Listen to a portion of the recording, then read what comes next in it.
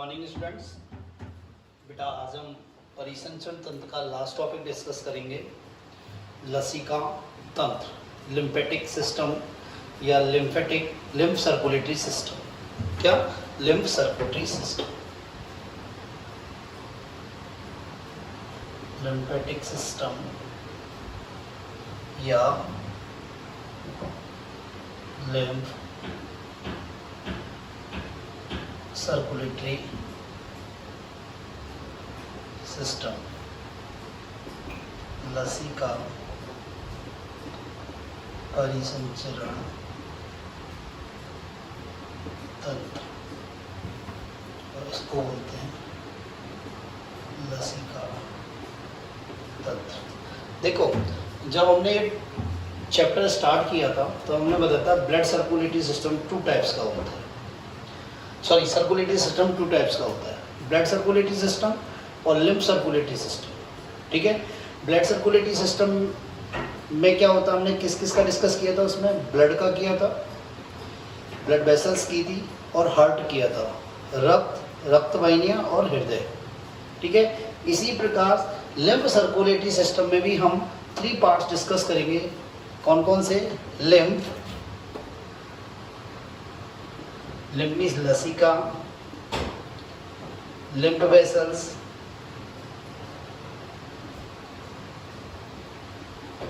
लसिका वाहिनियां,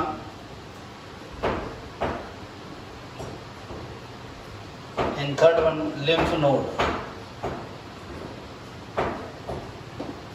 लसिका गांठें। क्या बेटा? लसिका गांठें।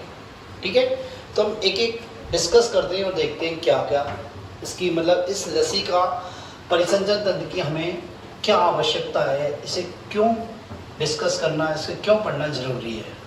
ठीक है, देखो, जब हमने रक्त वाहिनियाँ पढ़ाई थी तब हमने बताया था कि रक्त वाहिनियों में क्या होता है कि हृदय से क्या निकलती है? धमनी। क्या निकलती है? धमनी। धमनी आगे जाके छोटी छोटी शाखाओं में बढ़ जाती है, जिन्हें क्या बोलते हैं? धमनिकाएं। क्या बोलते हैं? धमनिकाएं। फिर उसके बाद क्या होता है? धमनिकाएं अंगों में जाके, किसमें? अंगों में जाके और पतली पतली नलिकाओं में, और पतली पतली नलिकाओं में चेंज हो जाती है, उनमें परिवर्तित हो जाती है, जिन्हें क्या बोलते हैं हम? केशिकाएं, कैपिलरीज। क्या बोलते हैं? केशिकाएं या कैपिलरीज। उसके बाद क्या होता है बेटा? ये कैपिलरी जो होती हैं, ये कैपिलरी फिर उसके बाद एक साथ संयुक्त होकर क्या बनाती है? सिलिकाएं। क्या बनाती है? सिलिकाएं। और ये सिलिकाएं कंबाइन होकर क्या बनाती है? सिराएं। और सिराएं अशुद्ध रक्त लेके कहाँ जाती हैं? हृदय में जाती हैं। किस में जाती हैं? हृदय में। तो देखो, आप देखो बेटा,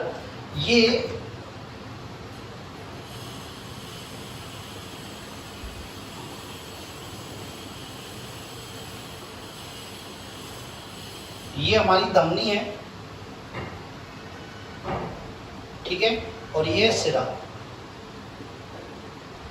ठीक है, या फिर इसलिए बोल सकते हैं धमनी का, ये सिरिका है, और ये है हमारी रक्त केशिकाएं, जिनको क्या बोल रहे हैं हम? केशिकाएं। ठीक है बेटा, इसमें जो रक्त बहता है वो कैसा होता है? ऑक्सीजन युक्त। क्या होता है? ऑक्सीजन युक्त। और इसमें जो रक्त होता है वो कैसा होता है? CO2 युक्त। क्या होता है? CO2 युक्त। तो देखो बेटा, ये धमनिकाएं क्या होती हैं? अंगों में जब प्रवेश करती हैं तो ये क्या करती हैं? छोटी छोटी नलिकाओं में चेंज होती है, इन्हें कहते हैं केशिकाएं। और इन केशिकाओं के चारों ओर क्या होते हैं बेटा? सेल होती हैं, बॉडी सेल्स होती हैं, शरीर की क्या होती हैं? कोशिकाएं होती हैं। ठीक है, और ये केशिकाएं क्या करती हैं? ये क्या करती हैं? पदार्थों का आदान प्रदान कराती हैं। क्या होती है? पदार्थों का आदान प्रदान, मतलब कोशिकाओं को पोषण प्रदान कराती हैं, और कोशिकाओं से अपशिष्ट पदार्थ और CO2 को क्या लेके आती हैं? बाहर लेके आती हैं। ठीक है, तो होता क्या है, यहाँ से जब रक्त इन केशिकाओं में पहुँचता है तो इनसे क्या होता है? रक्त में से तरल पदार्थ क्या होता है? बाहर आ जाता है। क्या आ जाता है? बाहर आ जाता है। और इस तरल पदार्थ में देखो, ये कोशिका है और ये तरल पदार्थ है। ठीक है, तो इस तरल पदार्थ में क्या होता है? ऑक्सीजन अधिक होती है और पोषक पदार्थ होते हैं। क्या होते हैं? पोषक पदार्थ। तो ये क्या होते हैं? ये तरल पदार्थ से पोषक पदार्थ और ऑक्सीजन किस में घुस जाते हैं? किस में चल जाते हैं? कोशिकाओं में। किस में चले जाते हैं? कोशिका में। और कोशिका में उपस्थित CO2 और उत्सर्जी पदार्थ क्या आ जाते हैं? इस तरल पदार्थ में आ जाते हैं। बात समझ में आई? तो मतलब क्या हो गया? पदार्थों का एक्सचेंज हो गया। पदार्थों का एक्सचेंज हो गया। अब क्या होता है कि यहां से ये कोशिकाओं में तरल पदार्थ पहुंच गया, ठीक है, इसने पदार्थों का एक्सचेंज हो गया। इसके बाद क्या होता है? ये जो तरल पदार्थ है ये वापस केशिकाओं में आ जाता है। वापस क्या आ जाता है? केशिकाओं में आ जाता है। बात क्लियर है? यहां से तो ये क्या किया? यहां से ये ऑक्सीजन और पोषक पदार्थ लेके गया, और यहां क्या लेके आया? ये CO2 और उत्सर्जी पदार्थ लेके आया है। बात समझ में आई? CO2 और उत्सर्जी पदार्थ लेके आया है। क्लियर है बेटा? अब देखो, हम ये जो ये पदार्थ आया है ये किसमें? शिराओं के वायु थ्रू कहाँ चल जाएगा? ये हृदय में। अब हम ऐसा सोचते हैं कि जितना तरल बाहर निकला उतना ही तरल वापस अंदर आ गया। जितना तरल इन केशिकाओं से इन ऊतकों या कोशिकाओं के बीच में निकला उतना ही क्या होगा? इन कोशिकाओं से इन केशिकाओं में वापस चला गया। पर ऐसा होता नहीं है बेटा, ऐसा होता नहीं है। यदि 100 करीब 90% तो वापस हो जाता है, 90% तो क्या हो जाता है? वापस हो जाता है। पर 10% क्या हो जाता है? इन कोशिकाओं के बीच में ही रह जाता है। इन कोशिकाओं के क्या हो जाता है? इस बीच में ही रह जाता है। और इसे क्या बोलते हैं? Tissue fluid. क्या बोलते हैं? टिश्यू फ्लूइड, ऊतक द्रव कहते हैं। क्या कहते हैं? ऊतक द्रव। ठीक है, इसे हम अब यहाँ पे लसिका भी कह सकते हैं बेटा, मैं भी बता दूंगा आपको। क्या कह सकते हैं? लसिका। बात समझ में आई बेटा? क्या बोल सकते हैं इसको? यहाँ पे हम लसिका भी बोल सकते हैं। ठीक है बेटा? अब देखो, ये जो ऊतकों के बीच में ये जो टिश्यू फ्लूइड है, यदि ये लगातार जमा होता रहा, तो क्या होगा?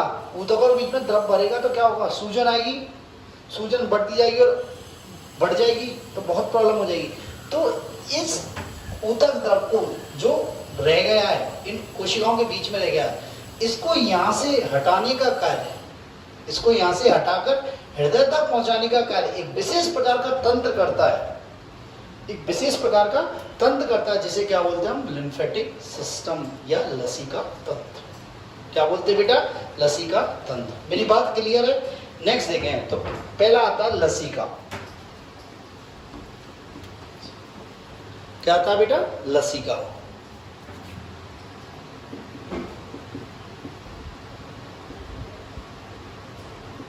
देखो बेटा, ये लसिका है ना, लसिका प्लाज्मा जैसा ही होता है। ये लसिका जो होता है कैसा होता है बेटा? प्लाज्मा जैसा ही होता है, बस कुछ अंतर होता है हल्का फुल्का सा। ठीक है, देखो मैं बताता हूँ क्या क्या अंतर होता है। तो पहले हम लसिका को क्या लिख सकते हैं? देखो, लसिका बराबर blood minus RBC plus platelets. RBC minus platelets मतलब क्या हो गया? लसिका में क्या क्या हो गया? लसिका में हो गया प्लाज्मा और WBC। क्या हो गया? प्लाज्मा और WBC। देखो, ये लसिका और प्लाज्मा काफी सिमिलरिटी रखते हैं, काफी समान है। पर क्या होता है, इस प्लाज्मा में क्या होता है? बड़े प्रोटीन अणु पाए जाते हैं। बड़े प्रोटीन अणु क्या होते हैं? प्रेजेंट होते हैं। पर यहाँ बड़े प्रोटीन अणु प्रेजेंट नहीं होते। यहाँ बड़े प्रोटीन अणु क्या होते हैं? एब्सेंट होते हैं। ठीक है, मेरी बात समझ में आई? और ये लसिका में जो WBC होती है, ये विशेष प्रकार की WBC होती है जिन्हें क्या बोलते हैं? लिम्फोसाइट्स। क्या बोलते हैं? लिम्फोसाइट। हिंदी में क्या बोलते हैं? लसिकाणु। मैंने पढ़ाया था आपको, एक कणिका में WBC दो प्रकार की होती है, मोनोसाइट और लिम्फोसाइट। वो यही लिम्फोसाइट्स हैं। बात समझ में आई? देखो, लसिका के और क्या क्या वो होते हैं कैरेक्टर्स। देखो एक तो ये क्या होता है, रंगहीन होता है, कलरलेस होता है। एक क्या होता है, ये अल्प पारदर्शक होता है, अल्प पारदर्शक होता है। दूसरा क्या होता है, ये क्षारीय होता है। क्या होता है बेटा, क्षारीय। ठीक है। नेक्स्ट, इसमें CO2 एवं अपशिष्ट पदार्थों की मात्रा अधिक होती है। अपशिष्ट पदार्थों की मात्रा अधिक होती है। ठीक है बेटा। क्या क्या होता है, एक तो रंगीन होता है, अल्पारदर्शक होता है, क्षारीय होता है। इसमें CO2 और अपशिष्ट पदार्थों की मात्रा क्या होती है, अधिक होती है। ठीक है बेटा। नेक्स्ट क्या होता है, इसमें घुलनशील प्रोटीन कम या एब्सेंट होती है, कम होती है या एब्सेंट होती है घुलनशील प्रोटीन, जबकि अघुलनशील प्रोटीन क्या होती है, अधिक होती है।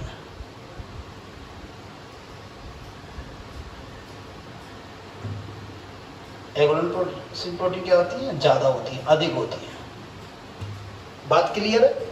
लिम्फ कैसा हो गया, लसी का कैसा, रंगीन हो गया, अल्पवर्धक, ठीक है, सेमी ट्रांसपेरेंट या ट्रांसलूसेंट, क्षारीय होता है। इसमें CO2 और अपशिष्ट पदार्थ अधिक होते हैं, CO2 और अपशिष्ट पदार्थ अधिक होते हैं।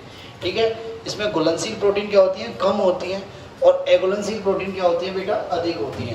क्या होती है बेटा, अघुलनशील प्रोटीन क्या होती है, अधिक होती है। ठीक है, मेरी बात समझ में आई। ठीक है।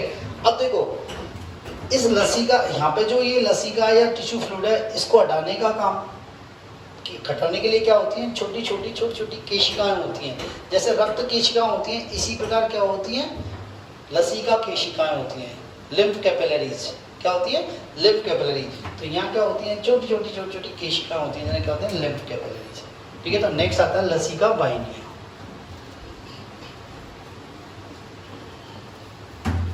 क्या आता है बेटा, लसी का वाहिनी।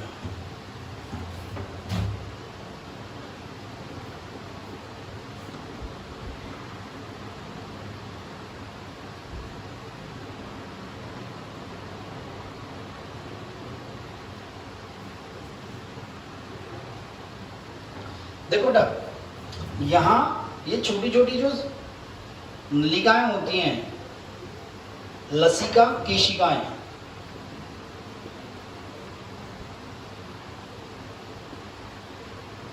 ये लसिका केशिकाएं क्या होती हैं, आपस में कंबाइन होकर क्या बनाती हैं, लसिका वाहिनी। क्या बनाती है, लसिका वाहिनी। तो देखो लसिका केशिका संयुक्त होकर क्या बनाती है, लसिका वाहिनी। क्या बनाती है बेटा, लसिका वाहिनी, मतलब लिम्फ वेसल्स। क्या बनाती है बेटा, लिम्फ वेसल्स।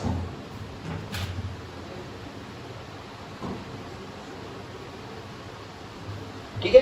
ये लसिका वाहिनी आपस में मिलकर क्या बनाती है, लिम्फ डक्ट, लसिका नलिका, बड़ी नलिका, एक तरह से बड़ी वाहिनी, लसिका नलिका। ठीक है। इसे क्या बोलते हैं, लिम्फ डक्ट। क्या कहते हैं बेटा, लिम्फ डक्ट। बात समझ में आई। लसिका केशिका आपस में संयुक्त होकर क्या बनाती हैं, लसिका वाहिनी। क्या बनाती है बेटा, लसिका वाहिनी। और लसिका वाहिनी आपस में संयुक्त होकर क्या बनाती है, लिम्फ डक्ट या लिम्फेटिक डक्ट। क्या बनाती है बेटा, लिम्फेटिक डक्ट। ठीक है। और ये लिम्फेटिक डक्ट जो होती है ना हमारी, लिम्फ डक्ट या लिम्फेटिक डक्ट, ये क्या होती है, दो बड़ी डक्टों से मिलकर बनी होती है। दो बड़ी डक्टों से मिलकर बनी होती है। एक तो होती है राइट थोरेसिक लिम्फ डक्ट, उसको बोलते हैं राइट थोरेसिक लिम्फ डक्ट। क्या बोलते हैं, राइट थोरेसिक लिम्फ डक्ट। और नेक्स्ट कौन सी होती है, लेफ्ट थोरेसिक लिम्फ डक्ट। देखो बेटा, ये राइट थोरेसिक लिम्फ डक्ट क्या होती है, राइट साइड से लिम्फ लेके आती है, और ये लेफ्ट थोरेसिक लिम्फ डक्ट क्या होती है, लेफ्ट साइड से लिम्फ लेके आती है। ठीक है। अब क्या होता है, ये राइट थोरेसिक लिम्फ डक्ट किसमें खुलती है, राइट सबक्लेवियन वेन में खुलती है।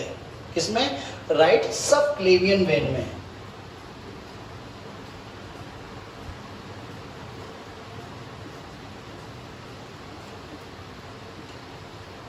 किसमें खुलती है? राइट सब क्लेवियन वेन में। और ये किसमें खुलती है? लेफ्ट सब क्लेवियन वेन में।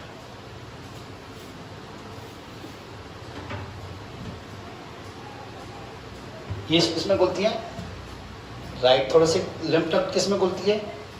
राइट सब क्लेवियन वेन में। और ये लेफ्ट थोड़ा से लिम्फ डक्ट या लिम्फेटिक डक्ट किसमें खुलती है? लेफ्ट सब क्लेवियन वेन में। और ये दोनों सब क्लेवियन वेन क्या होती है? किसमें खुलती है? सुपीरियर वेना केवा में। किसमें? सुपीरियर वेना केवा में, अग्र महाशिरा में। किसमें बेटा? अग्र महाशिरा में। इसमें खुलती है अग्र महाशिरा में। और इस अग्र महाशिरा के द्वारा, ये अग्र महाशिरा के द्वारा लिम्फ कहाँ तक पहुंचता है? हृदय तक पहुंचता है। किस तक पहुंचता है बेटा? हृदय तक पहुंचता है। बात क्लियर है? तो देखो क्या कह सकते हैं कि ये लसिका वाहिनियां यहां से लिम्फ को कहां तक ले जाती हैं? हृदय तक। कहां तक ले जाती हैं? हृदय तक। बात समझ में आई? क्लियर है? ठीक है। नेक्स्ट आता है लसिका गांठें। क्या आती है बेटा? लसिका गांठें। ठीक है, लिम्फ नोड।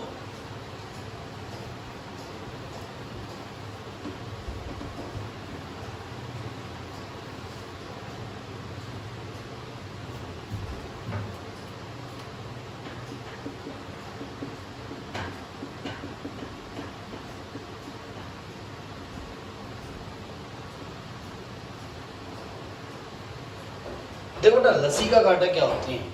क्या होता है? लसिका वाहिनी होते हैं, उनके सिरे फूल जाते हैं। लसिका वाहिनियों के सिरे क्या होते हैं? फूले होते हैं कुछ विशेष स्थानों पर।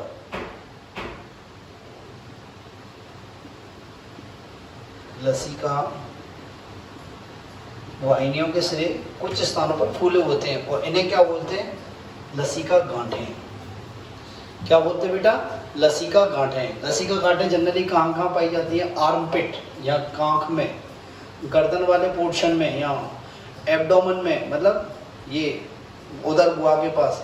और एक कहाँ पाई जाती है? हमारे जेनिटल्स। किसमें?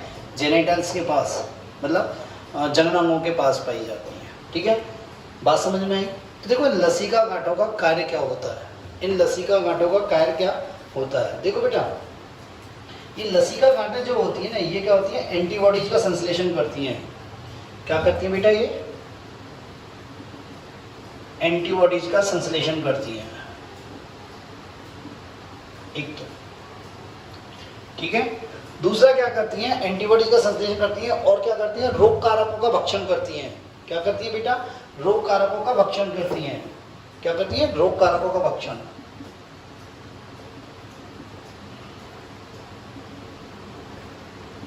तीसरी बात क्या करती है बेटा? इनके अंदर क्या होता है? ये लसिकाणु होते हैं, ये स्टोर होते हैं। क्या होते हैं? लसिकाणुओं का संग्रहण होता है। यहाँ पे लसिकाणुओं का क्या होता है? संग्रहण होता है। ठीक है, और नेक्स्ट ये क्या करती है? लसिका को फिल्टर करती हैं, लसिका को छानने का कार्य करती हैं। क्या करती है बेटा? लसिका को छानने का कार्य करती हैं। तो लसिका को छानने का कार्य करती है।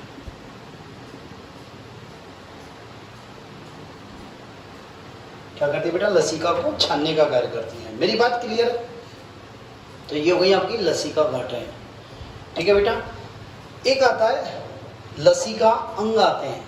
क्या आते हैं बेटा? लसिका अंग। लसिका अंग में हम क्या क्या इंक्लूड करते हैं? देखो हम थाइमस ग्लैंड को इंक्लूड करते हैं। किसको करते हैं? थाइमस ग्लैंड को इंक्लूड करते हैं। स्प्लीन प्लिया को इंक्लूड करते हैं। किसको इंक्लूड करते हैं? प्लिया को। और किसको इंक्लूड करते हैं? पेयर पैचेज को। किसको इंक्लूड करते हैं बेटा? Pair patches. पेयर पैचेज क्या करते हैं? कहाँ होते हैं ये क्या होते हैं? आहार नाल में पाए जाते हैं, इंटेस्टाइन में। कहाँ पाए जाते हैं बेटा? आहार नाल में, इंटेस्टाइन में पाए जाते हैं। ठीक है, नेक्स्ट आता है लसिका का कार्य क्या है? लसिका का कार्य क्या है? तो देखो बेटा लसिका क्या कर रहा है? मीडिएटर का काम कर रहा है, मध्यस्थता कर रहा है। किसके बीच में मध्यस्थता करता है? ब्लड और कोशिका के बीच में। देखो ये ब्लड है और ये कोशिका है, तो इनके बीच में क्या होता है? पदार्थों का आदान प्रदान होना है। पदार्थों का आदान प्रदान हो रहा है, तो वो आदान प्रदान का कार्य कौन करा रहा है? प्लाज्मा करा रहा है, सॉरी लिम्फ करा रहा है। कौन करा रहा है? लिम्फ करा रहा है। तो क्या करता है? मध्यस्थता का कार्य करता है। किसका कार्य करता है बेटा? मध्यस्थता का कार्य करता है। तो ये आपका लसिका तंत्र यहाँ पे कंप्लीट होता है। क्या होता है? लसिका तंत्र आपका क्या होता है बेटा? कंप्लीट होता है। नेक्स्ट आते हैं हृदय से संबंधित रोग। क्या आते हैं बेटा? हृदय से संबंधित रोग। तो देखो बेटा, हृदय से संबंधित रोग अपन डिस्कस करते हैं। पहला रोग पहले एक टर्म सीखते हैं, एक वर्ड आता है ब्लड प्रेशर।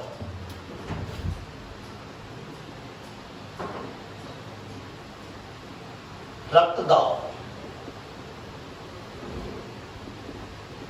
क्या बेटा? रक्तदाब। देखो ब्लड प्रेशर होता क्या है बेटा?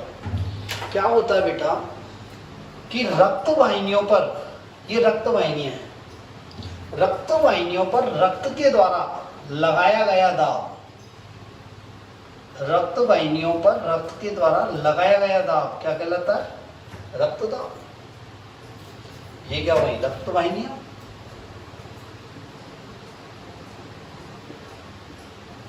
ये क्या हो गया? रक्त। तो रक्त के द्वारा रक्त वाहिनियों पर लगाया गया दाब क्या कहलाता है? रक्त दाब। ठीक है। अब देखो रक्त के द्वारा दाब कब लगाया जाएगा? दो समय लगाया जाएगा। एक तो कब? सिस्टोल के समय, एक कब? डायस्टोल के समय। एक कब? संकुचन के समय, एक कब? अनुशीतलन के समय। किसके? अनुशीतलन के समय। तो देखो एक क्या हो गया? प्रकुंचन या सिस्टोल के दौरान। एक कब लगाएगा? सिस्टोल के दौरान। जब क्या होगा? जब हार्ट में संकुचन होगा, हार्ट में जब संकुचन होगा तो ब्लड क्या निकलेगा? तेजी से बाहर निकलेगा। तो क्या लगाएगा? ज्यादा प्रेशर लगाएगा, नहीं लगाएगा? क्या लगाएगा? ज्यादा प्रेशर लगाएगा। भाई जब हार्ट संकुचित होगा तो हृदय से रक्त क्या होगा? प्रेशर से निकलेगा, दाब से निकलेगा, तो रक्त वाहिनियों पर अधिक दाब लगाएगा। तो ये इसको बोलते हैं सिस्टोलिक प्रेशर। क्या बोलते हैं? Systolic pressure. सिस्टोलिक प्रेशर, प्रकुंचन दाब। और इसका मान क्या होता है बेटा? अधिक होता है। 120 mm of Hg होता है। किसका होता है? 120 mm of Hg होता है। ठीक है। ये तो हो गया प्रकुंचन दाब। एक लगता है अनुशीतलन के दौरान, डायस्टोल के दौरान।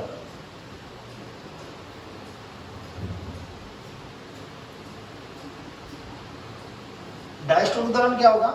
जब हमारा हृदय अनुशिथिल होगा। क्या होगा? अनुशिथिल होगा तो बॉडी के विभिन्न भागों से क्या हो जाएगा? रक्त आएगा। ब्लड के अंदर रक्त आएगा, सॉरी हृदय के अंदर रक्त आएगा। जब हृदय के अंदर रक्त आएगा तो वो कुछ ना कुछ प्रेशर लगा के आएगा रक्त वाहिनियों में। तो उसे क्या बोलते हैं हम? Diastolic pressure. क्या बोलते हैं? Diastolic pressure. और इसका मान क्या होता है? 80 mm of Hg होता है। 80 mm of Hg होता है। ठीक है। अब देखो इस रक्तदाब को हम किस उपकरण के द्वारा नाप सकते हैं? तो इसको नापता है स्फिग्नोमेनोमीटर के द्वारा।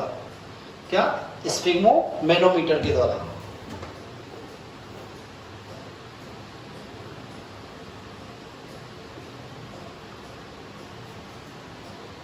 किसके द्वारा? स्फिग्नोमेनोमीटर के द्वारा। और कहाँ नापते हैं बेटा? रेडियल आर्टरी में। ये बाजू की जो रेडियल आर्टरी होती है ना, इनमें नापते हैं। आपने कभी देखा होगा डॉक्टर यहाँ पे एक लगाता है और उसे बीचता है, एक पंप होता है जिससे क्या होता है? यहाँ दाब लगता है और हमारी क्या होता है? हमारे ब्लड प्रेशर को नापता है। इसको नापता है ब्लड प्रेशर। बात समझ में आई? तो ब्लड प्रेशर मीन्स क्या हो गया? सिस्टोल बटे डायस्टोल। ब्लड प्रेशर मीन्स क्या हो गया बेटा? सिस्टोल बटे डायस्टोल। तो बीपी बराबर क्या हो गया? सिस्टोल बटे डायस्टोल। मतलब systolic blood pressure divided by diastolic blood pressure. तो सिस्टोलिक ब्लड प्रेशर कितना बताया?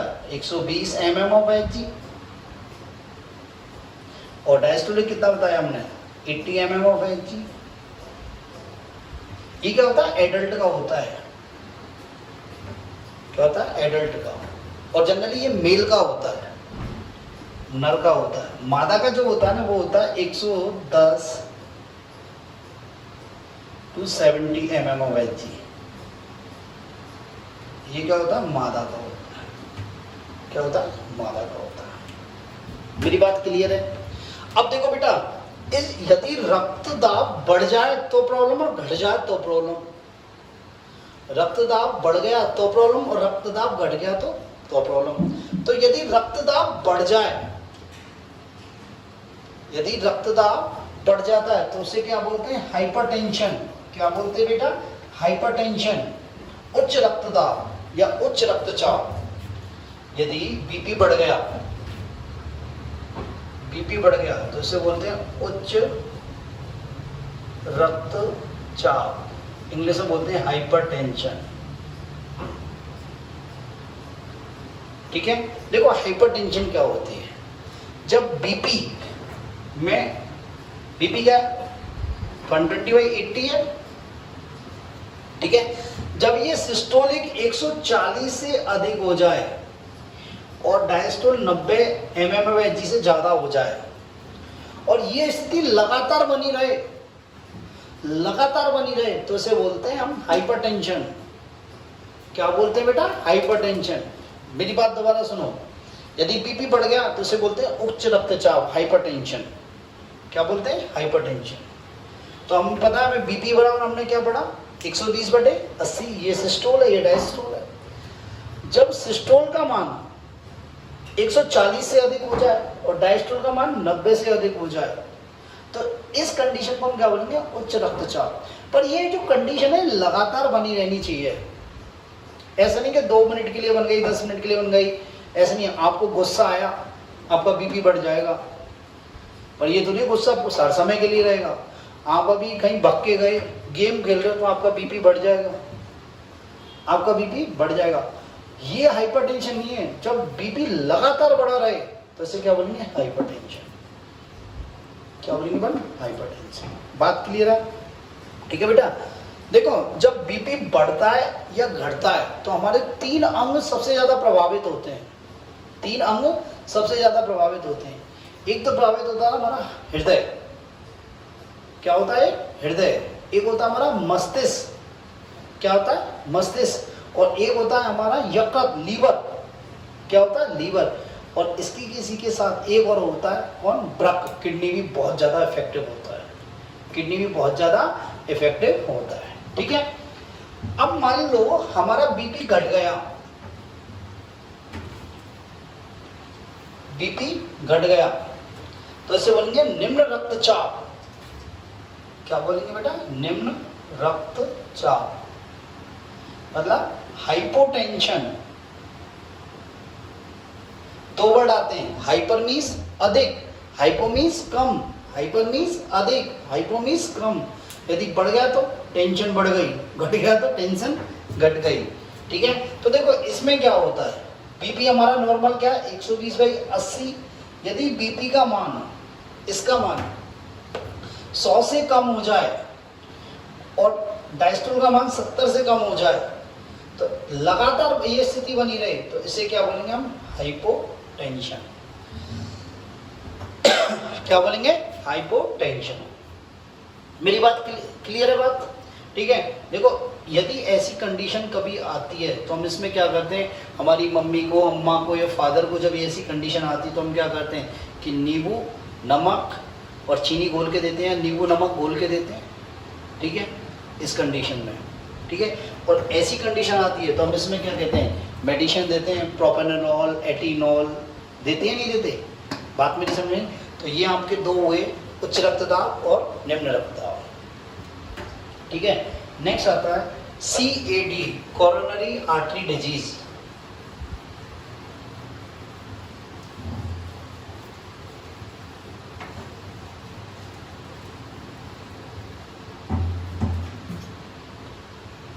हृदय धमनी रोग।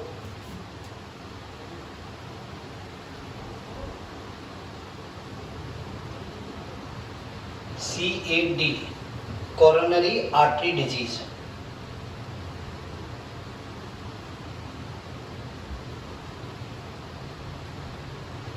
देखो बेटा, 4 रोग ऐसे हैं जिनमें आप अंतर नहीं कर सकते इजीली 12th लेवल पर जब आप MBBS में करोगे तभी आपको अंतर फील कर पाओगे, वरना अंतर नहीं कर पाते।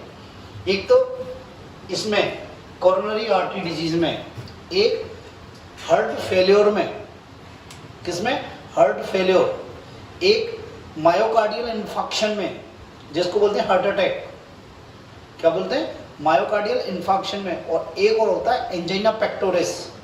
क्या होता है बेटा, एंजाइना पेक्टोरिस, जिसे बोलते हैं हृदय सूल। क्या, हृदय सूल। उसमें आप आइडेंटिफाई नहीं कर सकते कौन सा रोग है, सबकी मैकेनिज्म सेम है, सब एक तरह से ही होते हैं। कौन कौन से, हृदय धमनी रोग, हार्ट फेल्योर, क्या, हार्ट फेल्योर को बोलते हैं हृदयपात, क्या, हृदयपात, हृदय सूल, एंजाइना पेक्टोरिस, और नेक्स्ट मायोकार्डियल इन्फेक्शन जिसको क्या बोलते हैं, हार्ट अटैक। क्या बोलते हैं, हार्ट अटैक। तो देखो भैया, इसकी मैकेनिज्म क्या है, इन चारों डिजीजों की एक ही मैकेनिज्म है, आपको एक ही मैकेनिज्म लिखनी है, कुछ भी आ जाए। देखो क्या होता है, हमारे हार्ट को, हमारे हृदय को जो ब्लड सप्लाई करते हैं, भाई हृदय में भी तो कोशिकाएं, उसको भी ब्लड सप्लाई चाहिए, तो उसको ब्लड सप्लाई जो करता है वो करती है कोरोनरी आर्टरी, कोरोनरी धमनी एवं सिरा। ये कोरोनरी धमनी तो क्या करती है, शुद्ध रक्त ले जाती है, और ये क्या करती है, अशुद्ध रक्त को लाती है। क्या लेके आती है, अशुद्ध रक्त को लेके आती है। अब देखो बेटा, ये कोरोनरी धमनी जो शुद्ध रक्त हृदय की भित्तियों को ले जा रही है, ये कोरोनरी धमनी है, और ये क्या करती है, हृदय की भित्तियों को शुद्ध रक्त लेके जा रही है, शुद्ध ब्लड लेके जा रही है, कोरोनरी धमनी।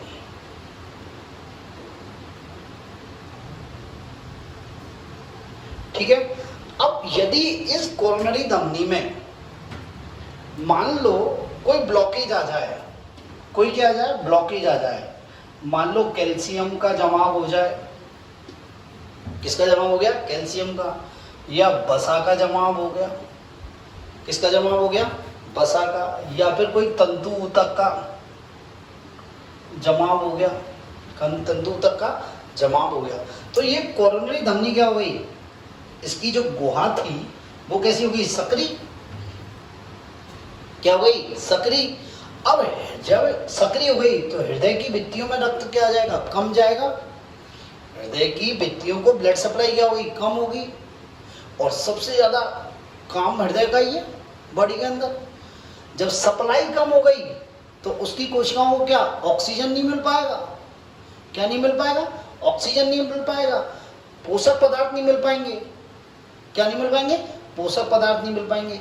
तो इस रोग को हम क्या बोलते हैं, कोरोनरी आर्टरी डिजीज। क्या बोलते हैं बेटा, कोरोनरी आर्टरी डिजीज। मेरी बात समझ में आई है, क्या बोल रहे हैं इसको, कोरोनरी आर्टरी डिजीज। अब देखो भैया, ये क्लियर है। अब देखो नेक्स्ट क्या हुआ, जब भैया ये देखो, जब ये कोरोनरी धमनी में ब्लॉक हो गया, हृदय की भित्तियों को शुद्ध रक्त नहीं जा रहा है, मतलब इनको क्या हो गया, ऑक्सीजन एवं भोजन की क्या हो गई, कमी हो गई, भोजन की कमी हो गई, तो क्या होता है, नेक्रोसिस होता है। नेक्रोसिस भी सेल डेथ होती है। क्या होती है, सेल डेथ। तो इससे क्या होगा, सेल डेथ होगी। क्या होगी, सेल डेथ, नेक्रोसिस बोलते हैं इसे। क्या होगी, सेल डेथ होगी।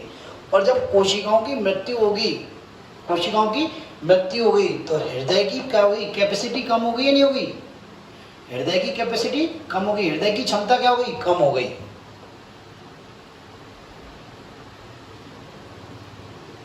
हृदय की क्षमता क्या हो गई, कम हो गई। जब हृदय की क्षमता कम हो गई तो हृदय क्या होगा, पूरे फुल फोर्स नहीं लगा नहीं पाएगा, मतलब पूरे दम से ब्लड को बाहर नहीं भेज पाएगा। तो जब ब्लड बाहर नहीं जा रहा है तो क्या हमारे शरीर के अंगों को पूरा रक्त मिल पाएगा, शुद्ध रक्त नहीं मिल पाएगा। तो क्या होगा, हमारे मतलब जब क्षमता कम हो गई तो पंपिंग मतलब ब्लड पंपिंग क्या हो गई, कम हो गया। ब्लड पंपिंग कम हो गया तो हमारे अंगों को क्या मिलेगा, अंगों को ऑक्सीजन युक्त रक्त की क्या हो गई, कमी हो गई। ऑक्सीजन युक्त रक्त की कमी हो गई। और इस कंडीशन को क्या बोलते हैं, इस कंडीशन को बोलते हैं हृदयपात। क्या बोलते हैं इस कंडीशन को, हम क्या बोलते हैं, हृदयपात।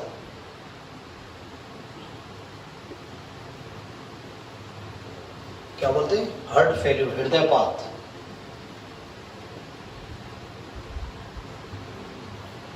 क्या बोलते हैं बेटा, हृदयपात। बात क्लियर है? दोबारा देख लो, जब ये कॉर्नरी आर्टरी में ब्लॉक हो गया, ये सक्रिय हो गई, तो इसे बोला हमने कॉर्नरी आर्टरी डिजीज। ठीक है, अब क्या हो गया, जब इसमें कमी हो गई तो क्या हो गया, हृदय की भित्तियों को जो शुद्ध रक्त है वो क्या होगा, कम पहुंचेगा। जब ऑक्सीजन कम पहुंचेगी, पोषक पदार्थ भोजन कम पहुंचेगा। जब भोजन कम पहुंचेंगे तो सेल को पूरी तरह खाना नहीं मिलेगा, तो क्या हो गई, हृदय की क्षमता क्या होगी, कम होगी। तो हृदय रक्त को पूरी तरह पूरी ताकत से पंप नहीं कर पाएगा। पंप नहीं कर पाएगा तो हमारे अंगों में क्या हुई, ऑक्सीजन युक्त रक्त जितना चाहिए उतना नहीं पहुंच पाएगा। तो हमारे इसमें क्या होगी, अंगों में ऑक्सीजन की कमी हो जाएगी। ऑक्सीजन कमी हो जाएगी तो इसे क्या बोलेंगे, हार्ट फेल्योर। क्या बोलेंगे बेटा, हार्ट फेल्योर। बात समझ में आई?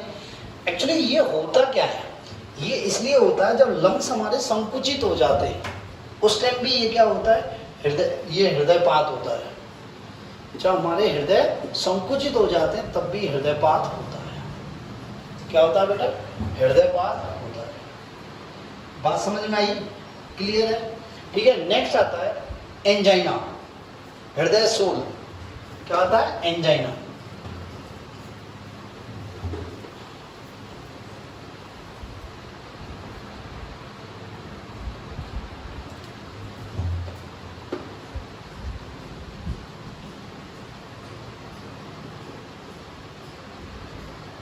देखो बेटा, एंजाइना क्या होता है, हृदय शोल क्या होता है, एंजाइना क्या होता है, जब कोरोनरी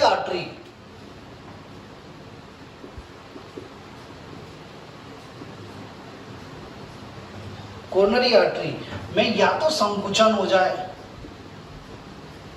क्या हो जाए, या तो संकुचन हो जाए और या इसमें थक्का जम जाए। थक्का जम गया तो ये क्या हो गई, ये या तो सक्रिय हो गई या क्या हो गई, बंद हो गई। कोरोनरी आर्टरी क्या हो गई, या थक्का जम गया, ठीक है, या संकुचित हो गई। तो ये क्या हो गई, सक्रिय हो गई या बंद हो गई। क्या हो गई, सक्रिय हो गई या बंद हो गई। जब ये बंद हो गई तो हृदय की पेशियों को क्या, ऑक्सीजन की सप्लाई बंद, तो ऑक्सीजन सप्लाई बंद, हृदय की पेशियों को ऑक्सीजन की सप्लाई बंद। तो ऐसी कंडीशन में सीने में बहुत तेज दर्द उठता है। सीने में क्या होता है, दर्द उठता है। और ये दर्द क्या होता है, थोड़ी देर बाद यहां से चल के और इन आर्म में फैल जाता है, इनमें फैल जाता है। मतलब यहाँ से शुरू होगा, फिर कंधों में, गर्दन में और फिर आर्म में फैल जाता है। इसे बोलते हैं एंजाइना। क्या बोलते हैं बेटा, एंजाइना। क्या बोलते हैं बेटा, एंजाइना। ठीक है, और ये जनरली वृद्ध अवस्था में ज़्यादा आता है। क्या आता है बेटा, वृद्ध अवस्था में, या फिर जिनकी उम्र 35 से 40 वर्ष होती है उनमें अधिक आता है। उनमें क्या होता है, अधिक आता है। नेक्स्ट आता है मायोकार्डियल इंफार्क्शन या हार्ट अटैक।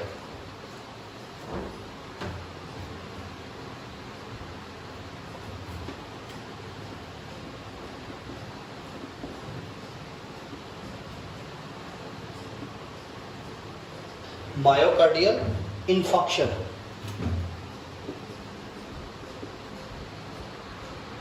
और इसको और क्या बोलते हैं बेटा, हार्ट अटैक। देखो बेटा, हार्ट अटैक में क्या होता है, इसमें क्या होता है, कॉर्नरी जो आर्टरी होती है, क्या होता है बेटा, कॉर्नरी आर्टरी जो होती है वो बिल्कुल बंद हो जाती है। कोरोनरी आर्टरी क्या हो जाती है, बिल्कुल बंद हो जाती है।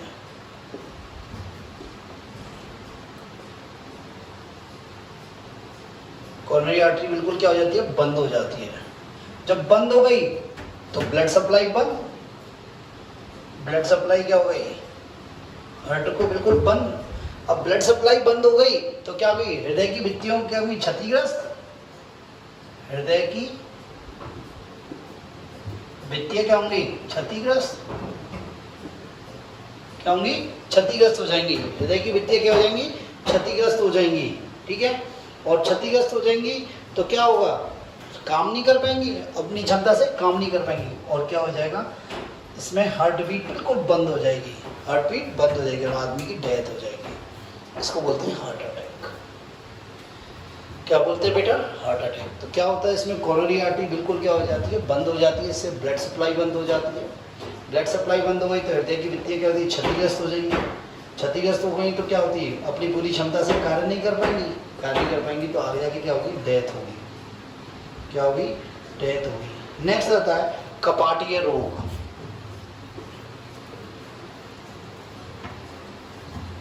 नेक्स्ट क्या होता है बेटा, कपाटीय रोग।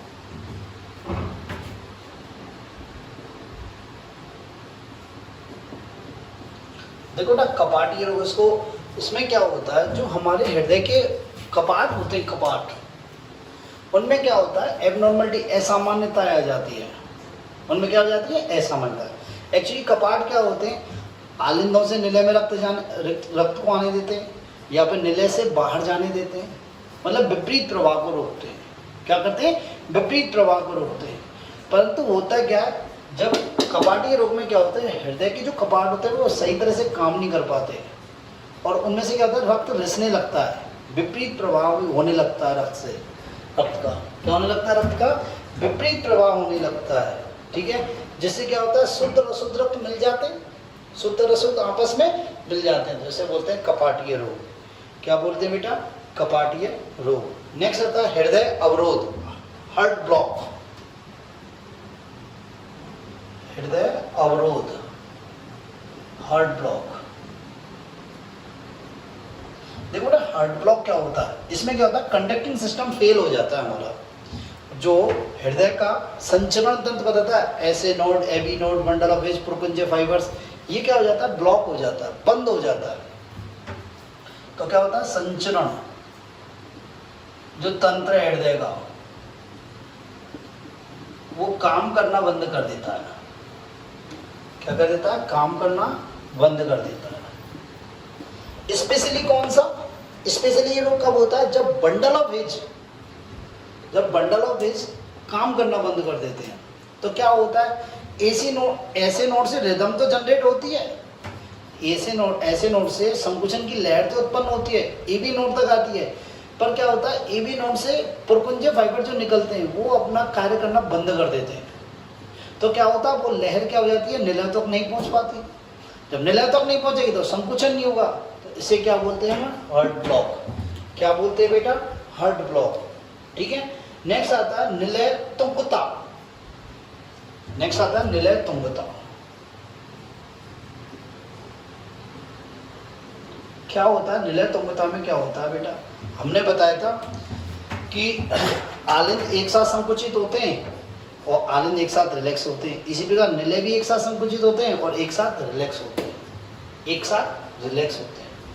निलय एक साथ संकुचित होते हैं और एक साथ रिलैक्स होते हैं। पर निलय तुंगता में क्या होता है, ये दोनों निलय ने आपस में रिदम में संकुचित नहीं हो पाते, मतलब एक साथ संकुचित नहीं हो पाते। इनकी जो रिदम होती है वो क्या होती है, डिस्टर्ब हो जाती है।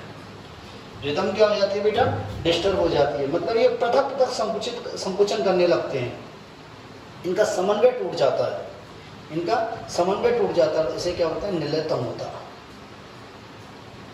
ठीक है, नेक्स्ट आता है पेरिकार्डियटिस। क्या आता है, पेरिकार्डियटिस।